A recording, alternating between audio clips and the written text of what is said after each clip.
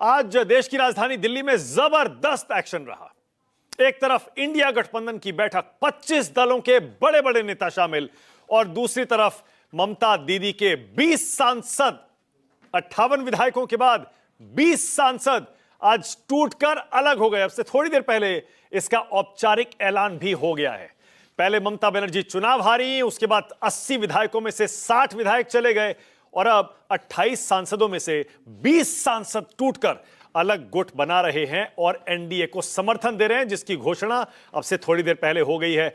यानी उधर इंडिया गठबंधन जुड़ रहा था, एकजुट होने की कोशिश कर रहा था, और इधर दिल्ली में ही जहां कॉन्स्टिट्यूशन क्लब में यह इंडिया गठबंधन की बैठक हो रही थी, उससे कुछ ही दूरी पर टीएमसी के 20 सांसद बगावत का बिगुल बजा रहे थे।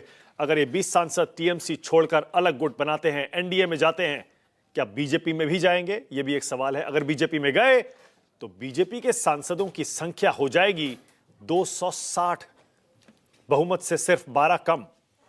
क्या यह सब बीजेपी का ऑपरेशन लोटस है? राष्ट्र की बात में इसी पर बहस होगी। पहले जरा आपको जल्दी से टीएमसी की बगावत की अपडेट दे दूं। दिल्ली में आज तृणमूल कांग्रेस पार्टी टूट गई। पहले बंगाल में विधानसभा चुनाव की बात टूटी थी। 58 विधायक अलग होकर अपना अलग गुट बनाकर और ममता दीदी के खिलाफ बगावत का ऐलान कर चुके हैं। आज दिल्ली में 20 सांसदों के पार्टी छोड़ने के साफ साफ संकेत मिल गए।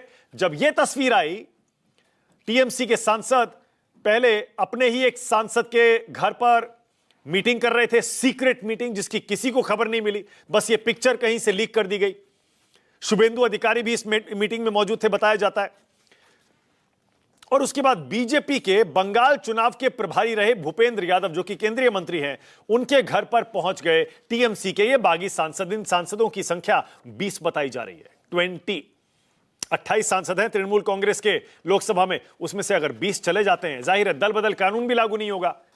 और अगर जैसा मैंने पहले कहा, टूटकर बीजेपी में शामिल हो जाते हैं, जैसा आम आदमी पार्टी के 7 राज्यसभा सांसद गए थे, तो फिर आप समझ सकते हैं बीजेपी का आंकड़ा अचानक 20 बढ़ जाएगा और 260 तक पहुंच सकता है। जो बागी सांसद हैं टीएमसी के, उनके नाम जो अभी तक हमारे पास आए हैं, उनमें प्रसून बैनर्जी हैं, शताब्दी रॉय हैं, जगदीश बसुनिया हैं और सुखेंदु शेखर तो हैं ही, जो कि राज्यसभा के सांसद थे। उन्होंने आज इस्तीफा दे दिया, पार्टी भी छोड़ दी और राज्यसभा सांसद के पद से भी इस्तीफा दे दिया। सुखेंदु शेखर रॉय के यहां ही ये सीक्रेट मीटिंग हुई थी, बताया जाता है। राज्यसभा से इस्तीफा देने के बाद ही वो इस बैठक में पहुंचे थे। अब खबर यह आ रही है, टीएमसी की काकोली घोष दस्तीदार, जो कि पहले ही पार्टी छोड़ चुकी हैं, थोड़ी देर पहले उन्होंने समाचार एजेंसी पीटीआई को जानकारी दी है कि मुझे मिलाकर टीएमसी के 20 सांसद अलग होकर बीजेपी नेतृत्व वाले एनडीए को अपना समर्थन दे रहे हैं और हमने लोकसभा स्पीकर ओम बिरला को अपनी यह चिट्ठी भी भेज दी है। यह काकोली घोष की चिट्ठी लोकसभा स्पीकर को मिल चुकी है। यह काकोली घोष बता रही है, जिसमें कह रही है हमारे साथ 20 सांसद हैं कुल मिलाकर। अब अगर यह चिट्ठी स्वीकार हो जाती है, 2/3 से ज्यादा यह आंकड़ा है। 28 सांसद है, बार बार बता रहा हूं आपको। तृणमूल कांग्रेस के 28 एमपीज हैं, 28 सांसद, 2/3 आंकड़ा होता है 20, और ठीक 20 सांसद अगर अलग होते हैं और लोकसभा में उनको अलग गुट के तौर पर मान्यता मिलती है, और अगर वो बीजेपी में शामिल हो जाते हैं, कितना बड़ा झटका ये टीएमसी के लिए होगा और कितना बड़ा एक अच्छी खबर बीजेपी के लिए होगी, आप समझ सकते हैं। तो इनके नाम, जैसे मैं पहले बता रहा था, सुखेंदु शेखर रॉय, काकोली घोष, जगदीश बसुनिया, अरूप चक्रवर्ती, पार्थ भौमिक, शताब्दी रॉय, प्रसून बैनर्जी, कालीपदा सोरेन, शर्मिला सरकार, जून मालिया, वापी हल्दर और असित मल, और इनमें और भी सांसद हैं, 20 बताए जा रहे हैं। अब बंगाल की जरा लोकसभा सीटों का हाल देख लीजिए, आपको आंकड़ों के जरिए कहानी ज्यादा बेहतर समझ आएगी।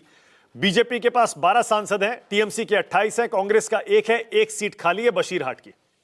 अब 28 में से सोचिए, अगर 20 चले गए और अगर बीजेपी में चले गए, तो बीजेपी के हो जाएंगे 32 बंगाल के सांसद, 32।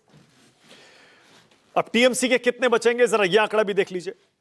टीएमसी के 28 सांसद हैं, जैसा मैं बता रहा हूं आपको। 28 में से अगर 20 चले गए, बचेंगे 8 विधायक। पहले ही 20 के करीब बचे हैं ममता बनर्जी के। एक समय कितनी मजबूत टीएमसी होती थी, अभी 2-3-4 महीने पहले ही, चुनाव से पहले तक। अचानक देखिए 20 विधायक रह जाएंगे और 8 सांसद। क्योंकि राज्यसभा सांसद जो कि 13 हैं टीएमसी के, उनमें भी टूट की आशंका जताई जा रही है। लोकसभा कैसे बदलेगी, जरा ये भी आंकड़ा देखिए। अगर ये बगावत पूरी हो जाती है तो बीजेपी के पास 240 सांसद थे। अगर ये टूटा हुआ गुट, बागी गुट टीएमसी का बीजेपी में शामिल हो गया तो बीजेपी के सांसद 260 हो जाएंगे। टीएमसी अभी 28 है, 8 हो जाएगी।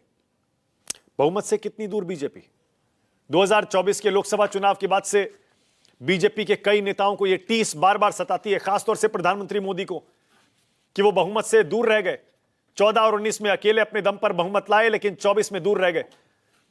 अगर टीएमसी का यह गुट सांसदों का टूटकर बीजेपी में आता है, बीजेपी 260 हो जाएगी। बहुमत का आंकड़ा 272 है। सिर्फ 12 और सांसद चाहिएंगे तब बीजेपी को बहुमत का आंकड़ा पाने के लिए।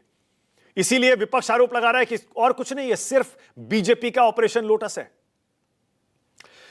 बंगाल की विधानसभा की स्थिति भी जरा देख लीजिए। जब से टीएमसी विधानसभा में बंगाल में टूटी है, उसके बाद से यह हाल है। 207 बीजेपी चुनाव में लाई थी, टीएमसी को 80 आए थे।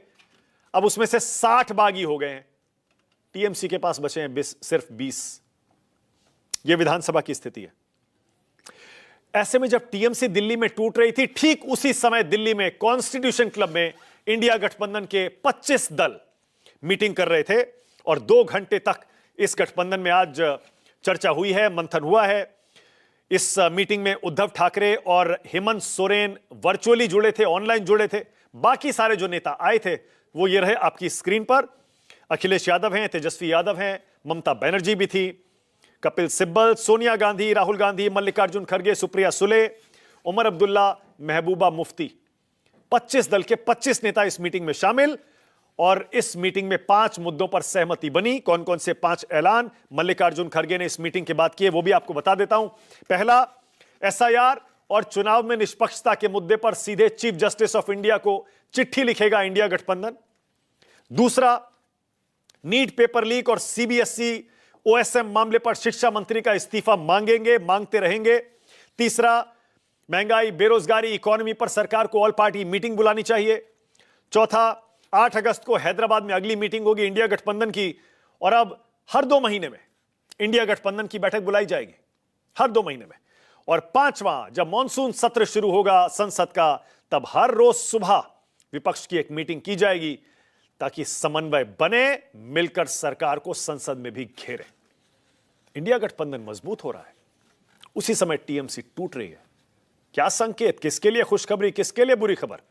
चलिए डिबेट शुरू करते हैं। राष्ट्र की बात में आज का सवाल आपकी स्क्रीन पर। आज का मेरा पहला सवाल, दिल्ली में जुड़ा इंडिया, टूटे 20 एमपी, क्यों टूटे 20 एमपी? और दूसरा, क्या बिन सहयोगी अकेले अपने दम पर बहुमत पार कर लेगी बीजेपी, और क्या इसके पीछे बीजेपी का ऑपरेशन लोटस है क्या?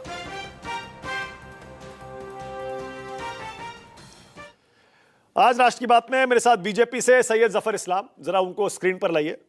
जफर